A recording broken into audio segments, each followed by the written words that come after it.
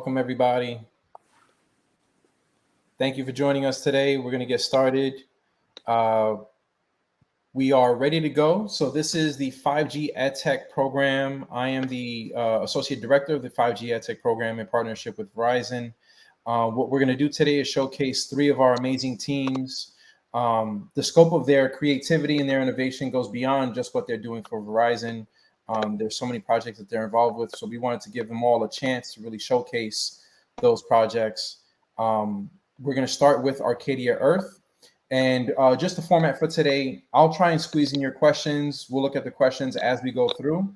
We're not going to set time for Q&A at the end. I want to make sure we maximize the time for each of the presentations. We're joined by Valentino today with Arcadia Earth. Arcadia Earth is the definition, the epitome of XR 4D. It's an immersive experience. There is an app that we are rolling out to schools. But in addition to the app, they have an exhibit in New York City. Vegas is being built out right now, and we're going to do a great presentation today to showcase that experience. Valentino, take it away while I set up the screen share.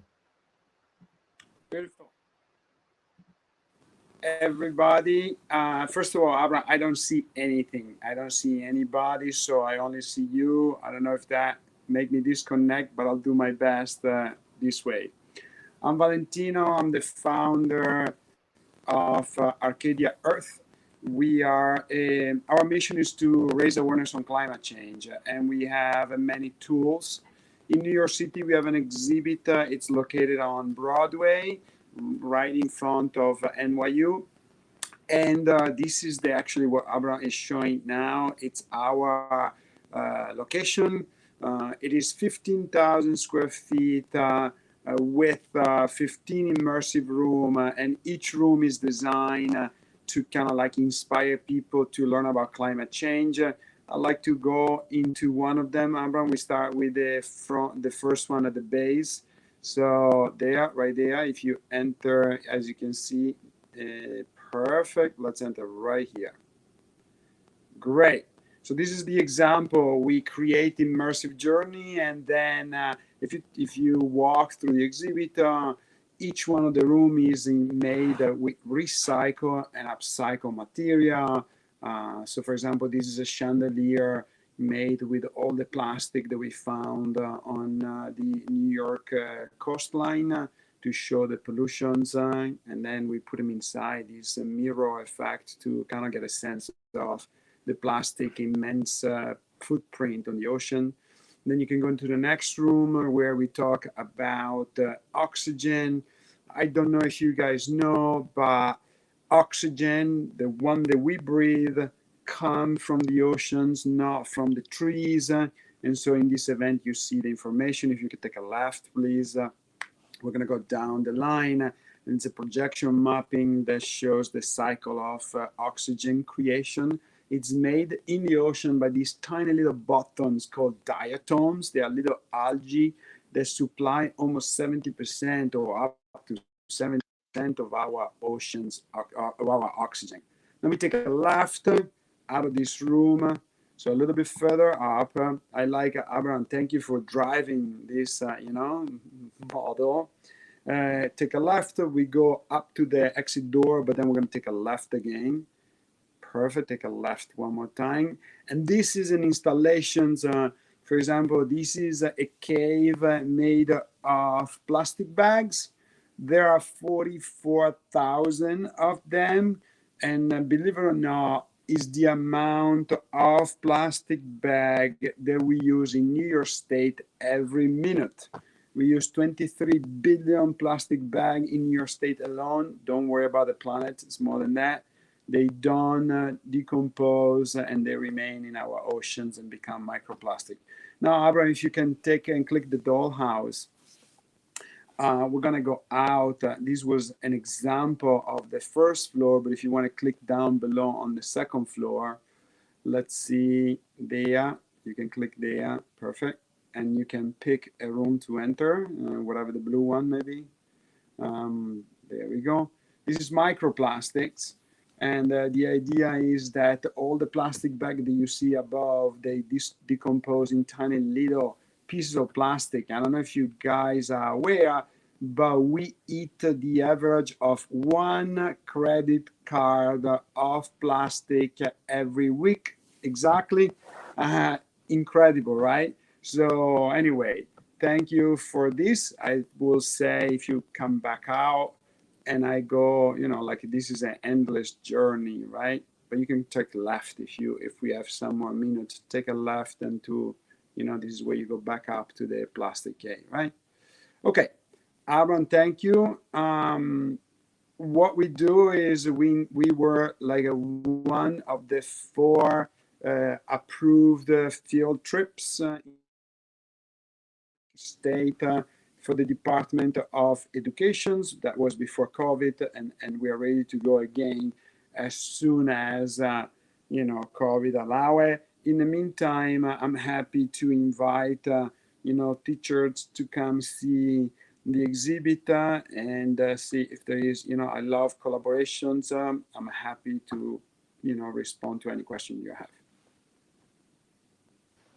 Thank you, Valentino. I personally I thought the experience was amazing and really shocking, a little bit scary and baffling to really understand those statistics, because it's an experience, it's an immersive experience. You can do it with your phone, and there's all these AR objects that appear in the environment. It's not just the exhibits that you created.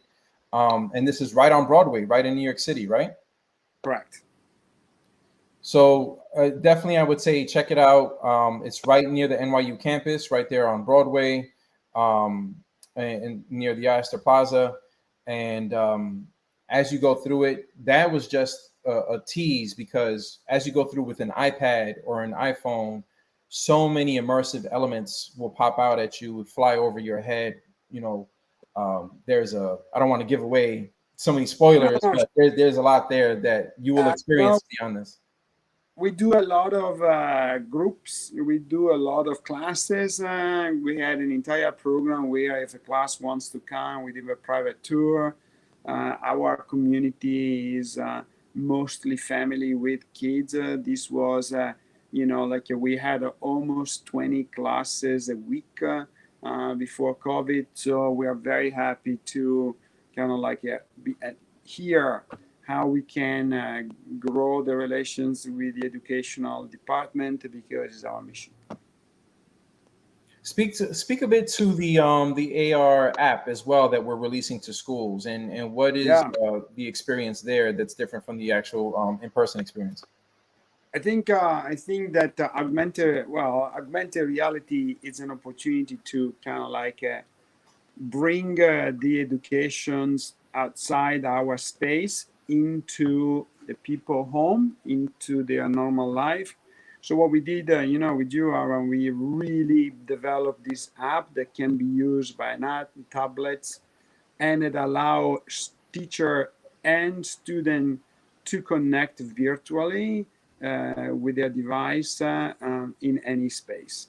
I'm super excited. We just released a few weeks ago.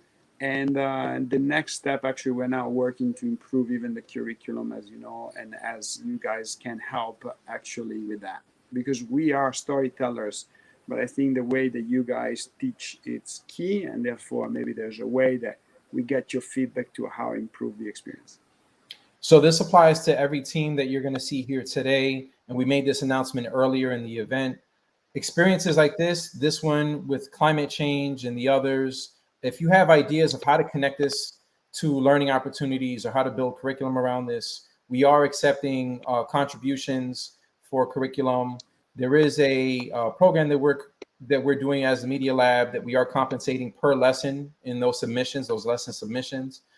So you can, I'll put the link in the chat. It is medialab.org/5G EdTech. But I definitely think that there are certain elements in this experience that you just have to see it for yourself. The students will need to see it for themselves. What is, without giving away the full experience, what is one shocking statistic that you think people won't realize until they come here? I know for me, it was the apples. I give you my preferred one. When we talk about resources, It takes 14,000 bottles of water to create a pound of meat, which is literally 2 burgers, 2.5. And if you don't eat a Big Mac or a big burger, you will save more water than if you don't shower for 4 months.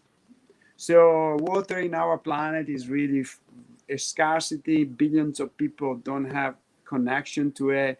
Only 1% of all the water on the planet can actually be used by humans, and we waste of that 1% more than half in meat consumption and meat productions and food.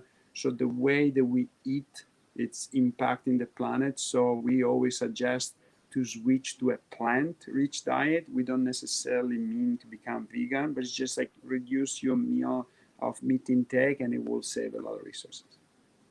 Thank you, Valentino. I really appreciate the work that you're doing in this world, bringing it, being the true definition of multimodal, dimensional, and XR, with not only releasing a very complicated and sophisticated AR app, but bringing that experience into the real world with the exhibits. Best of luck with the Vegas build out, and please, everyone, check out the New York City location. We'll share more details about that in a follow up. Thank you, Valentino. Thank you. Take care. Bye, guys. Next up, we have GRX. We have the CEO of GRX Immersive, Alton Glass, that's going to join us here and talk to us about POV, the recent film featured in Tribeca Film Festival. How's it going, Alton? Wonderful. Thank you. Appreciate you, boss. I believe you have screen share ability, so you can take over the controls and take it away. Appreciate it, Brian. Let me see here. Share my window. Boom. Are we live? All right. Thank you again. My name is Alton Glass. I'm the co-founder of GRX Immersive Labs. I am a storyteller. My background is film and television, and about 6 years ago, fell in love with immersive technology, virtual reality in particular, and I had the opportunity to create a project that we showcased, and Verizon had a chance to see it, and they said, hey, we really like what you created. This could be great for education. And that's what took us down a pathway of understanding what we could do in terms of learning with storytelling. So GRX Immersive Labs transitioned from production, 2D production, to immersive storytelling. And now we focus on XR content and experiential learning tools for educators, storytellers, and brands. I'll give you a quick behind the scenes of some of the work we do.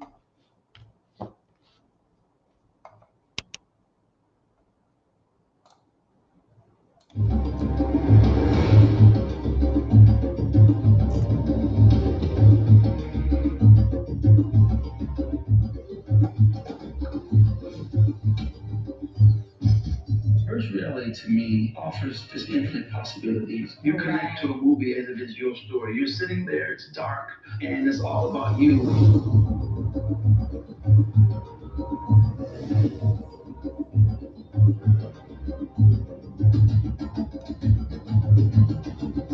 It never gets old for me to see the creativity. I just leave every campus really excited for the future of these students.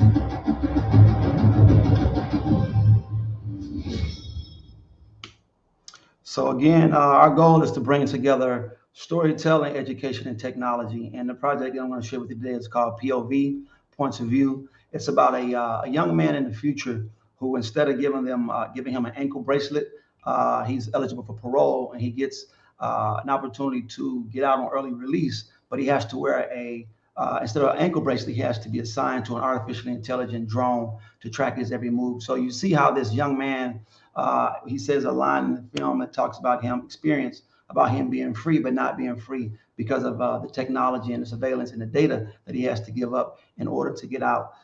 So we follow this young man throughout a 6-part experience, which is captured in virtual reality. We also built it in other. Can you hear me? I'm in a meeting. Yeah, we hear you fine. Yeah, okay. So it allows you to explore themes of biased artificial intelligence and criminal surveillance, data privacy, and surveillance state. And most importantly, our goal is to tap into understanding tech equity and equalizing the opportunity for people to get into emerging technologies and have a say with these civic technologies. So the project was supported initially in the YouTube VR lab and through understanding what we learned about the implicit bias in artificial intelligence. We were able to connect with other organizations who understood this was important and they wanted to tackle some of the same themes. So we enrolled into a program with Black Public Media where we got a community engagement grant to be able to understand how do we not only just take the story and experience, but how do we now engage with the community. So that was really educational for us as well. And then we partnered with Crux, Certain Foundation, and Mozilla, and we released it in multiple formats. I'm going to go ahead and show you a quick trailer of POV.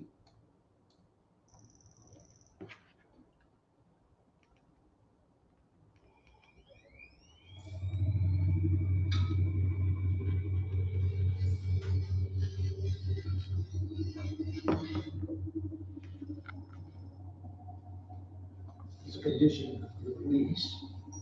You can be assigned to the drug screenings program. You will only be placed on level.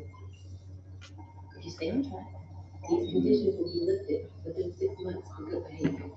Yeah, how do all of these conditions make me free? A bill was passed recently. It was designed to reduce mass incarceration and high incidence of police brutality.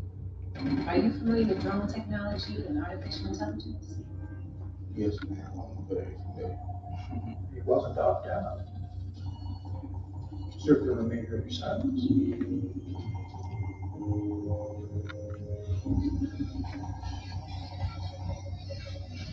Be mindful of what you do and what you say because they are learning by watching and observing us. Everything we do is a reflection of how this technology is. So if you want them to grow us to have your back, then you better start teaching them now. Sure. We're out in the field. When we encounter suspects, I'm immediately viewed as visuals. When all I'm trying to do is my job. Then I'll be monitoring and processing all. You will only be placed on level.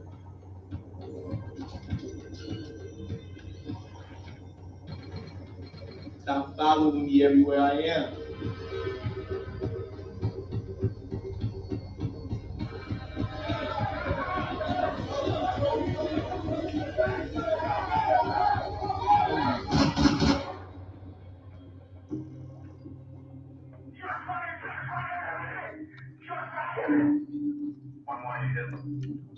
It's really an extension of us. It's our reflection.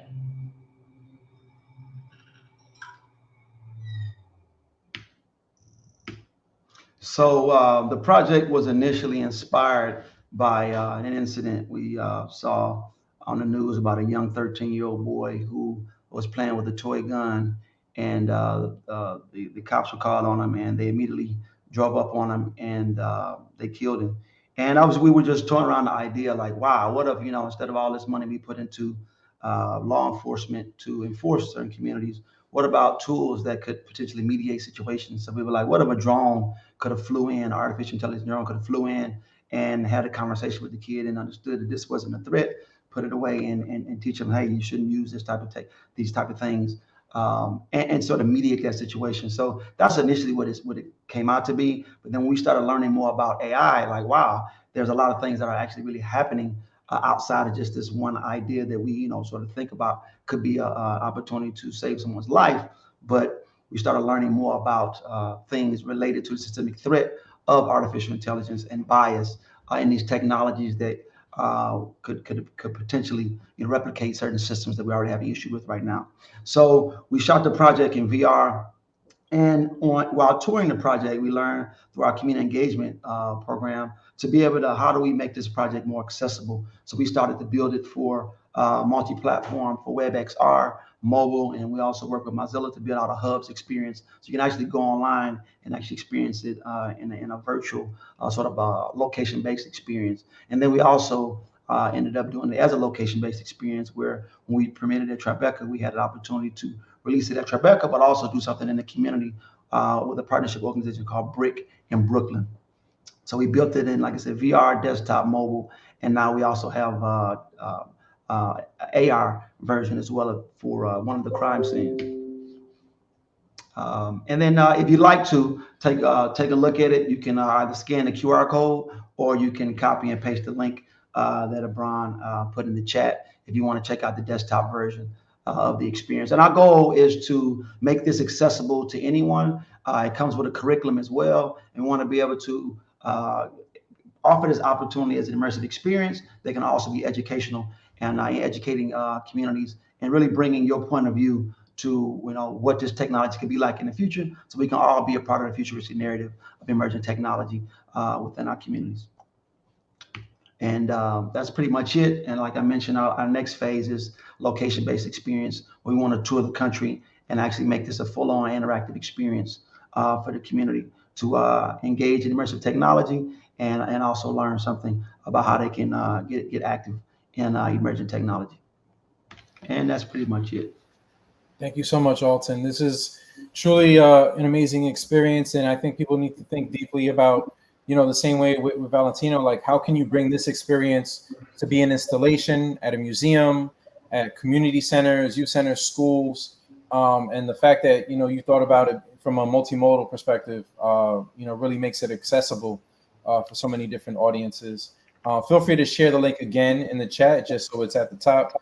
And for folks, if you want more information, feel free to reach out to Alton.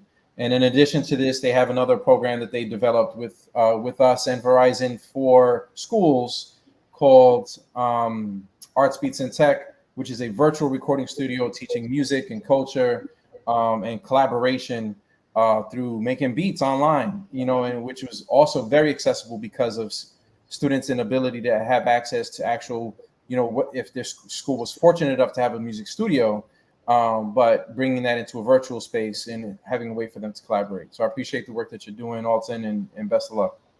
Appreciate it. Please continue to talk with Alton in the chat while we move on to the next panelist. Next up, we have the amazing brothers, Idris and Glenn, joining us here. Alton, I think you could turn off your screen share on your end, and then we'll give it over to Idris and Glenn.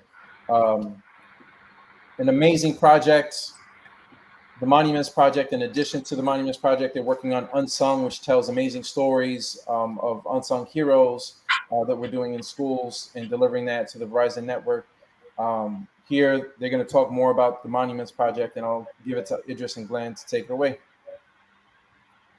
Hello, how you doing? There you go. How's it going, everyone? All right. Floor's all hi, yours. my name is Glenn. Awesome. My name is Glenn Contav. I'm Idris. And we are movers and shakers. And our mission is that we use augmented reality to write Black and Brown history into American curricula. Now, the problem that we're addressing is that in the United States, whether it's our monuments, our public spaces, our cultural institutions, or our school curricula, they're heavily skewed and tend to focus on the stories of white men, and they're often white supremacist narratives. And what we've learned over time is that actually changing these narratives creates a lot of tension, and a lot of these narratives are embedded into the foundation of our society. Next slide. So a lot of y'all are familiar with this picture. It was taken on August 11, 2017, and it was when Nazis and Klansmen got together with tiki torches to attempt to protect the statues of Robert E. Lee and Stonewall Jackson, two Confederate generals.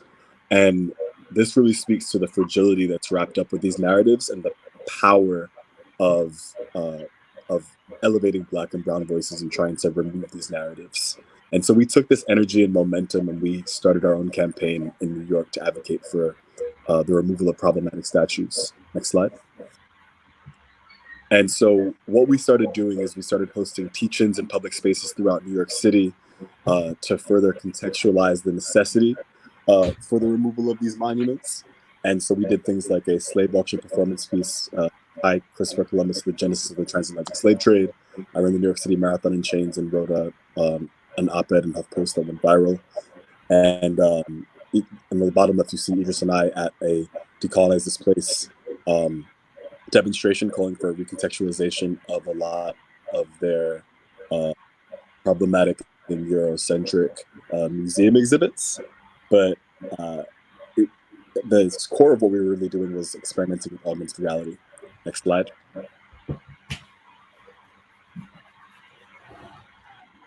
And so this was our installation on the true story of Columbus. And the reason why we chose to go into augmented reality at first is because at the end of the day, there are academic texts that are dense and rich that speak to the truth, but most people don't want to read it. And so we saw the power of condensing information from pieces that most people don't want to read, something that was more accessible and translating into something that both children and adults would want to engage with. Next slide. So we use it as an anchor for our teach-ins. And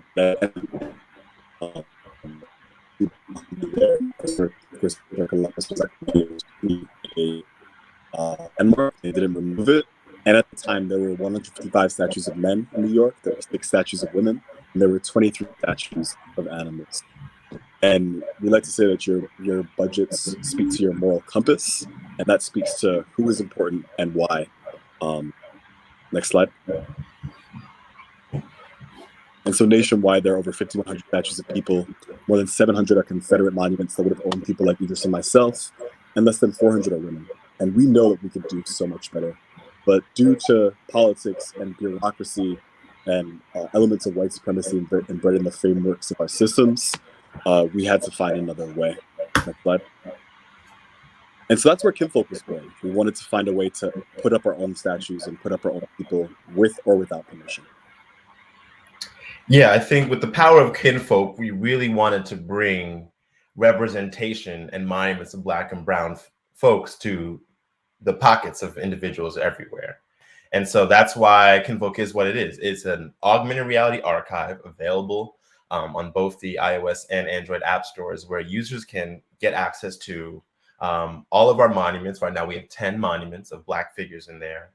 And through each of these figures, you can place them, bring them to life in 3D into your own home. And if you're outside, you can bring it into the park, you can bring it into classrooms. And so we're really trying to curate a tool that uses augmented reality in a way to create increased representation, but also that digs at a deeper issue of the problem, which is education around these narratives and exposure, especially for our kids. And so right now we're trying to get a bunch of kids to be able to learn through this Kinfolk platform. And here's a little video that explains a little more.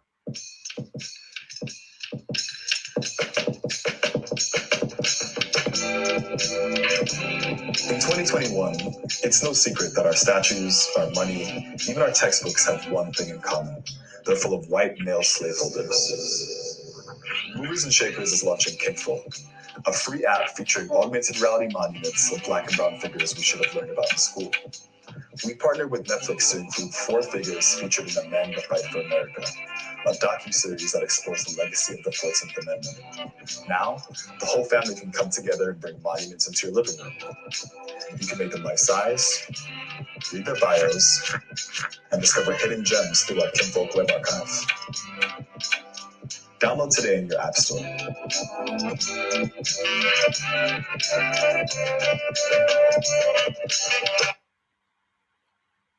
And so as you just saw, and as I said before, I think the focus of this app is really making these narratives as accessible as possible.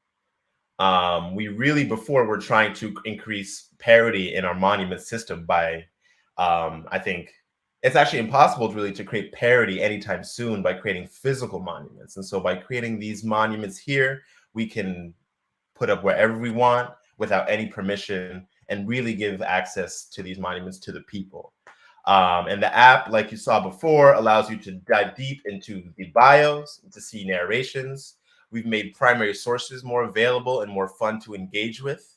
And we've also created curriculum to go with it.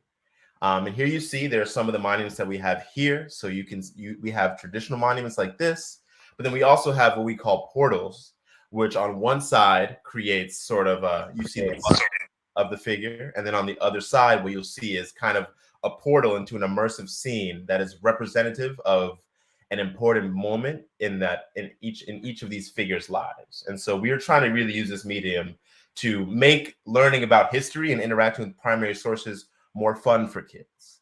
A lot of times nowadays, students are at home playing Fortnite playing the video game Fortnite. They're on the phone using TikTok and FaceTiming with their friends. But when they're in the classroom, that level of engagement isn't matched. And so we really think that augmented reality provides a great way to increase student engagement within the classroom, increase representation with our app in the classroom, so you can actually make learning about Black and brown figures fun for students. And it also provides a way to allow students to really remotely learn, but in a very interactive way. And so our approach is we are looking to spread this app across the country. And in the next 4 years, we're hoping to be in all 50 states. And we really want our curriculum to be a backbone of, we want critical race theory and in culture responsive curriculum be the backbone of our country's curriculum in general. And we're trying to use this technology as a way to spearhead that around the country. Go ahead, Glenn. On Juneteenth, 2021, We are not watching that. There we go. Okay. So the erasure of history, the alteration of history, and the dehumanization of Black and brown folk is an intentional and an effective war tactic. And you see that now in the contemporary conversation with Nikole Hannah-Jones's 1619 project, where it's essentially ignited the critical race theory debate. And the reason why this is so impactful is because this is bigger than stories, this is bigger than monuments, this is about power. When you can accurately teach the history of a people, then you're not doomed to repeat history. And so if you look at this map, next slide, you'll see there are active concerted efforts at the federal legislative level, as well as with advocacy groups. They are organized and they are strategizing, they are mobilizing to remove critical race theory, to ban certain books from the classroom, and they're getting it done. And this rhymes with what the Daughters of the Confederacy used to do in terms of whitewashing textbooks and in terms of erecting statues of Confederate monuments. And so our goal with Kinfolk is essentially to have Nikole Hannah-Jones's problems and to ensure that critical race theory is injected into schools, so that the full context and the full depth of the history is being told, both in terms of the truth in terms of what went down with enslavement and how it exists in the foundations of our country, but also to uplift underrepresented stories that Black and brown people, as well as white people, don't know about us. So next slide. So we're out of time, and I just wanted to let people know that in the chat that they can find the app for the Monuments Project, and the Unsung app as well can be found with schools that register with the Verizon HQ network. So all you got to do is just register with Verizon, and then you can find the Unsung app there as well. And we'll welcome any educators, non-educators, anyone who has ideas of how to tie this back into the classroom to contribute curriculum to these ideas. And I appreciate Idris and Glenn's time.